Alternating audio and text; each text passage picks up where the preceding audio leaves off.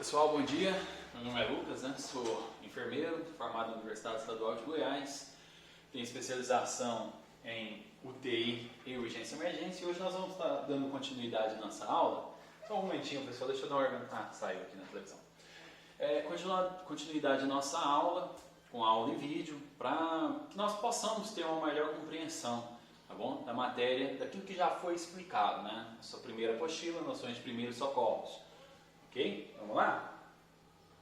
Primeira coisa, gente, o atendimento inicial à vítima crítica. O que são esses primeiros socorros?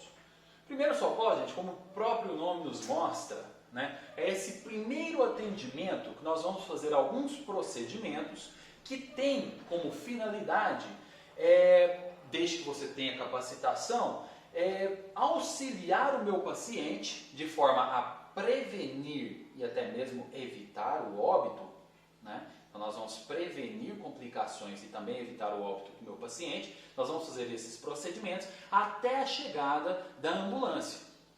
E a partir do momento que chega a ambulância vai passar a prestar essa assistência.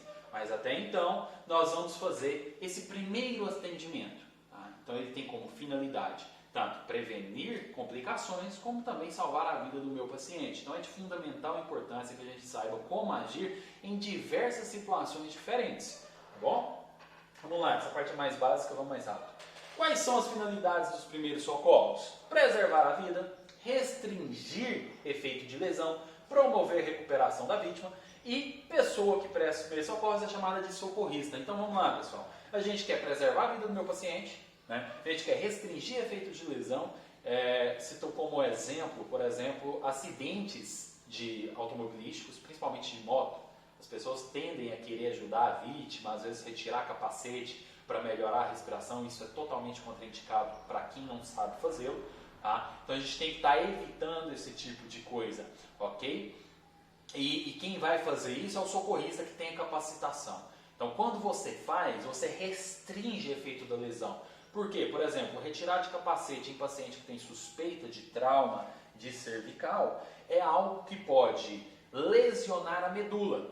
Porque não é porque o meu paciente tem uma fratura da coluna vertebral que ele tem lesão medular. A lesão medular, ela acontece quando tem o rompimento da vértebra e esse rompimento atinge aquilo que tem dentro, que é a medula. É a medula que é responsável por fazer a transmissão das informações cerebrais para o restante do corpo através dessa medula e que tem as inervações, os nervos, os pares de nervos que vai levar essa informação. Não só levar, como receber. Então, o que faz o meu braço fazer essa movimentação é porque o meu cérebro gera uma informação que ela é enviada através da minha coluna para o meu braço e os músculos movimentam de acordo com o que o meu cérebro manda. Se eu tiver o rompimento da medula, ele não vai conseguir transferir mais essas informações. Então a gente tem que restringir efeito de lesão, sim.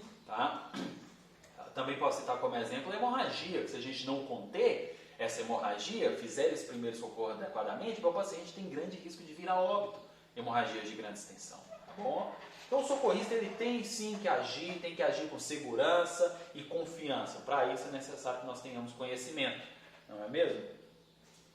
Vamos lá, próximo slide, O principal objetivo é manter a vítima viva e protegida contra novos e maiores riscos enquanto se aguarda atendimento médico. Até mesmo o ato, pessoal, primeira coisa que eu falei para vocês, primeira coisa, segurança da cena. Só vou agir quando eu tiver segurança no local do meu acidente, no local do meu evento crítico do paciente. Esse local tem que ter segurança para que eu possa agir. Até mesmo você fazer a sinalização da cena, fazer a segurança da cena já é considerado, e é o nosso objetivo, de evitar riscos maiores ao meu paciente. Eu me lembro que há uns 5 anos atrás houve um acidente com múltiplas vítimas em uma rodovia estadual de São Paulo e estava tendo atendimento de várias ambulâncias, tanto do SAMU quanto do Corpo de Bombeiro, e a via estava sinalizada, mas ainda assim era numa baixada. Veio um caminhão que perdeu o freio e infelizmente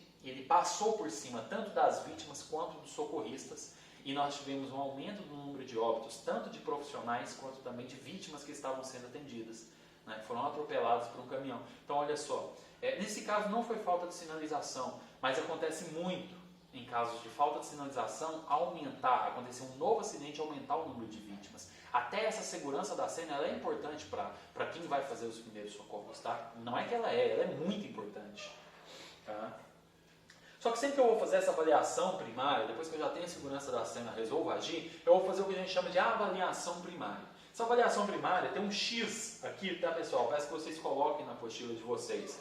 Esse X é o que? Hemorragias de grande extensão, hemorragias externas graves. Tá? Então o novo protocolo vem X, A, B, C, D, E. O que é isso?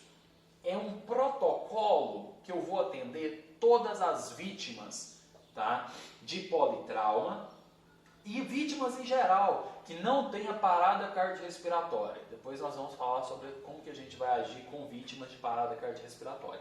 Aqui, gente, então começo. Primeira coisa é o X. Eu chego na cena, avalio. Tem hemorragia de grande extensão? Tem muito sangue no meu paciente? Tem. Então a primeira coisa que eu vou tratar é essa hemorragia. Esquece o resto. Não tem. Tem um sangramento, mas é de pequena extensão. Opa! Então eu passo para o próximo passo, que é o A. Você já chega, posiciona junto ao meu paciente, seguro a cabeça dele, tá? Depois que eu segurei a cabeça dele, que é o controle cervical, eu converso com ele. Gente, esse ABCD aqui ó, é muito rápido. Vocês vão ver que a gente faz em poucos segundos. Segura a cabeça e fala: oi, tudo bem com você? O que aconteceu?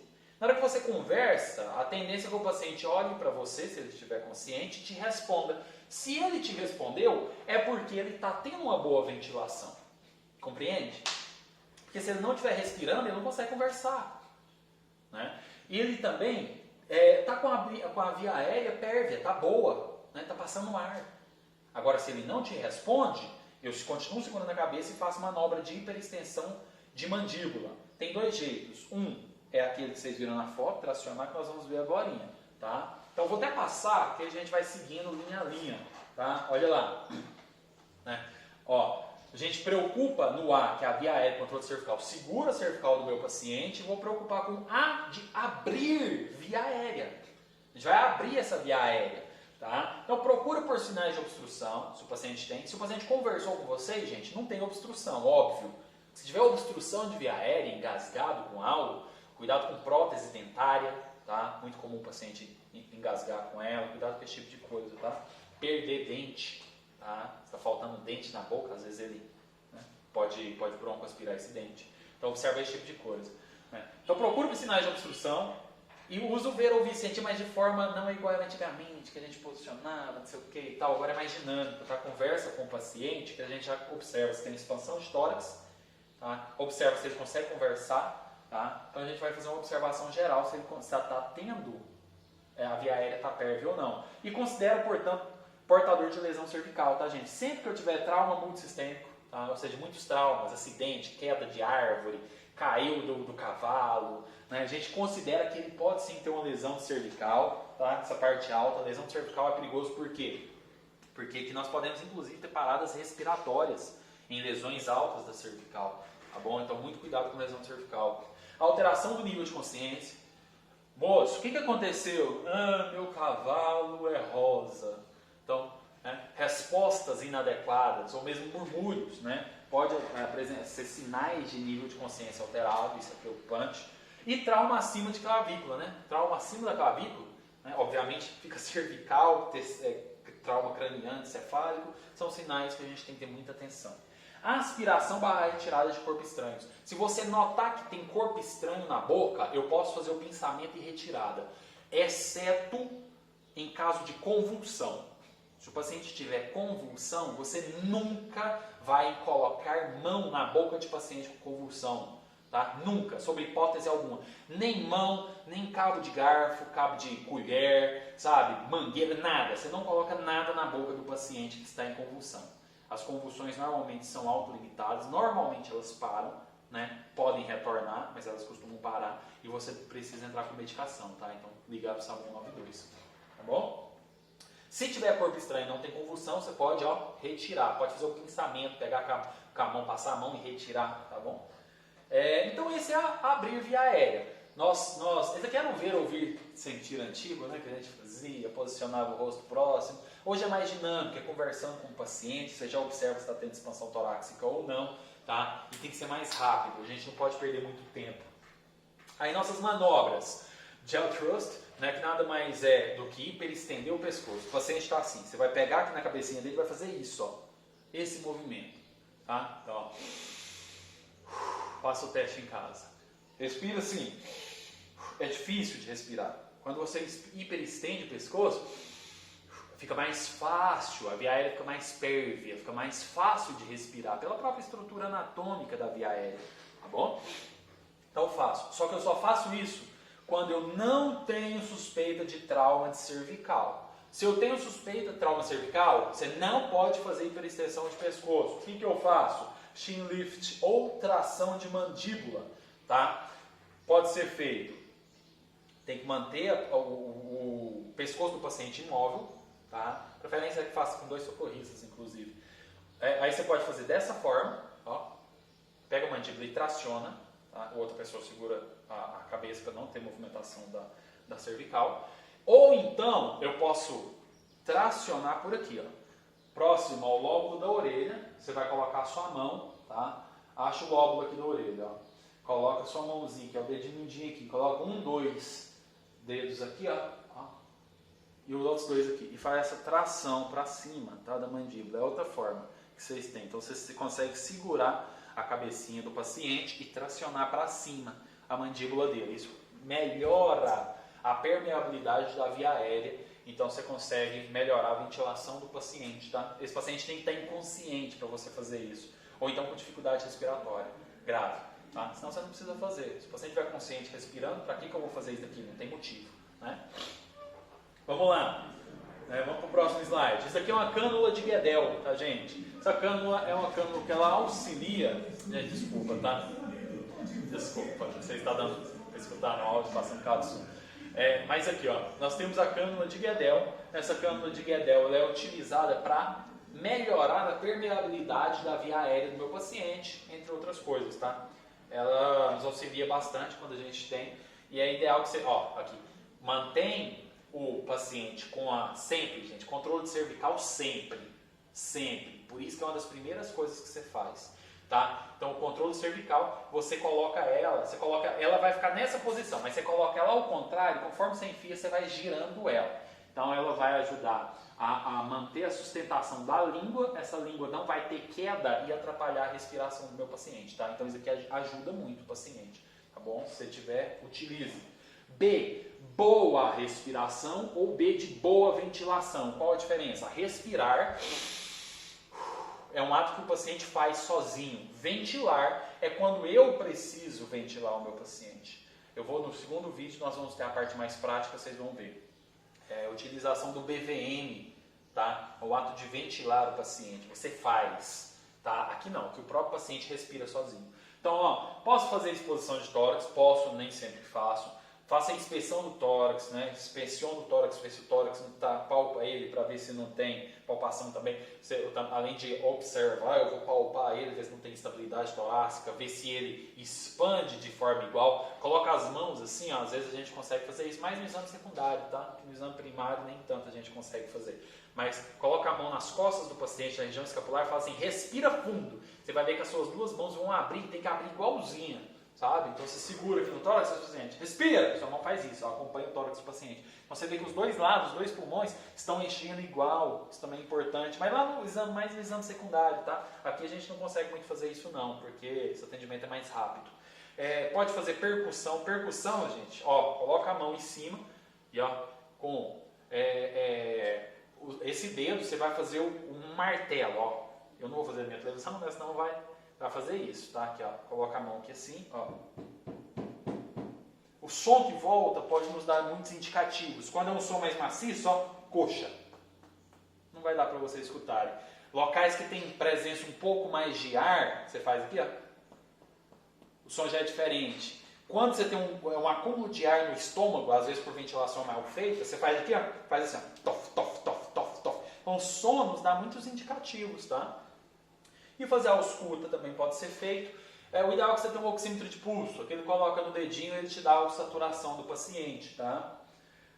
Saturação ideal acima de 95%, mas entre 90% e 95% costuma ser algumas tipo gripe, umas coisas mais leves. 90% a 95% não é grande preocupação. Abaixo de 90% costuma ser indicativo de algumas doenças mais graves um pouco. Exemplo DPOC, exemplo CA de pulmão. CA de pulmão já é um estágio mais avançado, pode causar isso.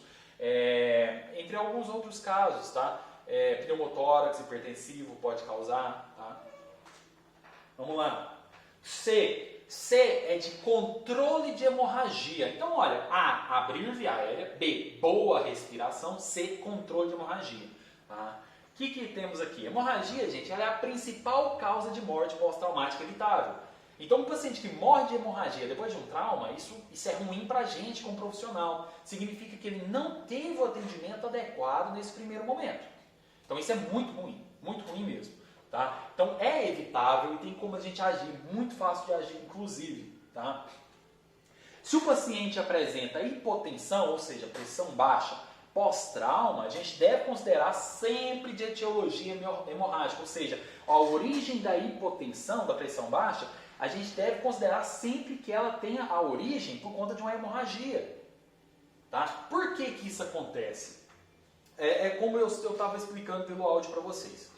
Uma das coisas que a gente mantém o controle da pressão arterial é o volume de sangue que a gente tem circulante. Se o volume diminui, porque você está tendo um sangramento, a pressão também diminui. É como se você imaginasse a torneira. A torneira liga no máximo, sai uma boa pressão de água. Se você começa a fechar a torneira, diminui o número de água que está caindo ali, né? A pressão também diminui. O nosso corpo funciona mais ou menos igual. Se você diminui o volume, o nosso corpo ele tem alguns mecanismos que mesmo com o volume diminuindo, ele consegue manter a pressão arterial normal. Mas com o tempo, se continuar perdendo muito sangue, essa pressão vai começar a cair.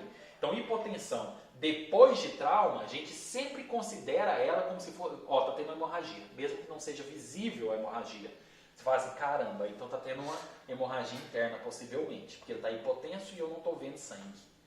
Né? Então, hemorragia interna, a gente tem que correr para o hospital, tá? Correr para o hospital, considerar o transporte imediato, inclusive, tá bom? Vamos lá. No controle de hemorragia, também preste muita atenção no nível de consciência, que vai ser ali no D, tá? No D, déficit neurológico, a gente vai falar sobre isso.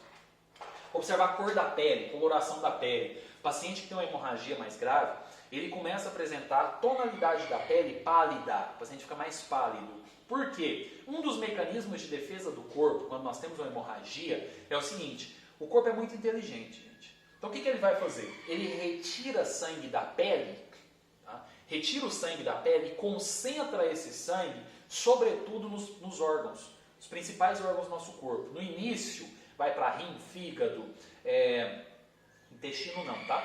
Só o sistema digestivo que não, os outros órgãos todos. Depois, com o tempo, se o sangramento continua, ele tira o sangue até mesmo de rim, fígado e tudo mais, começa a priorizar esse sangue mais no pulmão, coração e cérebro. Então o corpo, conforme vai diminuindo a quantidade de sangue circulante, ele vai retirando principalmente da pele, depois de músculo também, tá? E vai concentrando nos órgãos. Então o paciente começa a apresentar essa palidez cutânea que a gente chama, tá? Que é uma palidez da pele, a pele fica pálida, né? Então, é aquele famoso, pode cortar a pele que não sai sangue. Realmente não sai, porque diminui o fluxo sanguíneo da pele. Tá? Pulso, observar o pulso. Lembra, rádio tem antena, gente. Então, pulso radial pode ser observado? Pode, mas não é o ideal. O ideal é pulso carotídeo. Qualquer um dos dois lados você sente. Teste você agora em casa. Região central, desliza o dedo levemente para o lado e procura o seu pulso. Sentiu? Procure de cá. Possível também. Isso é um pulso central. Esse é o ideal.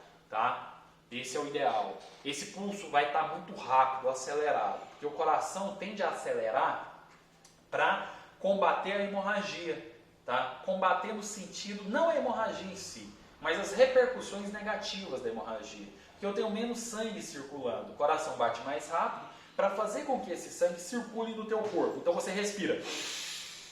Esse ar vai para o pulmão E o sangue que está no pulmão vai ser oxigenado. Só que o coração precisa que esse sangue saia daqui rápido, já vai para o cérebro, já vai para os outros órgãos para levar o oxigênio. E já volte rapidamente para cá para ser levado novamente para o seu pulmão, para que a gente consiga finalmente oxigená-lo de novo e ele volte a circular. Então nós temos uma taquicardia.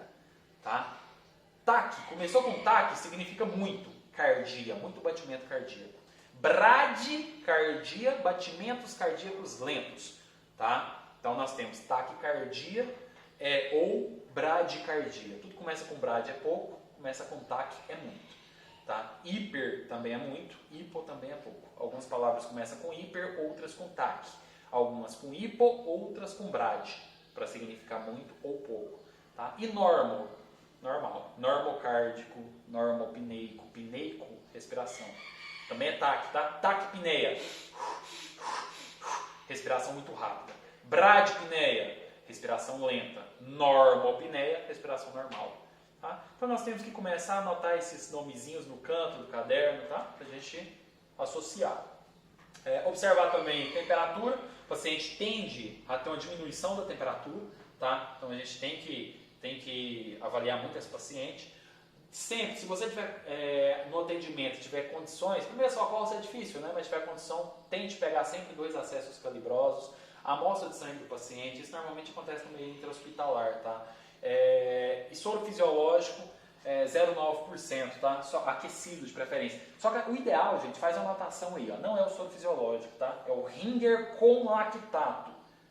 Tá? Em hemorragias, quando eu vou precisar fazer uma reposição grande de volume, ideal Ringer com lactato e não fisiológico, beleza? Gente, eu vou pausar o vídeo para dar uma diminuída, vamos para o próximo.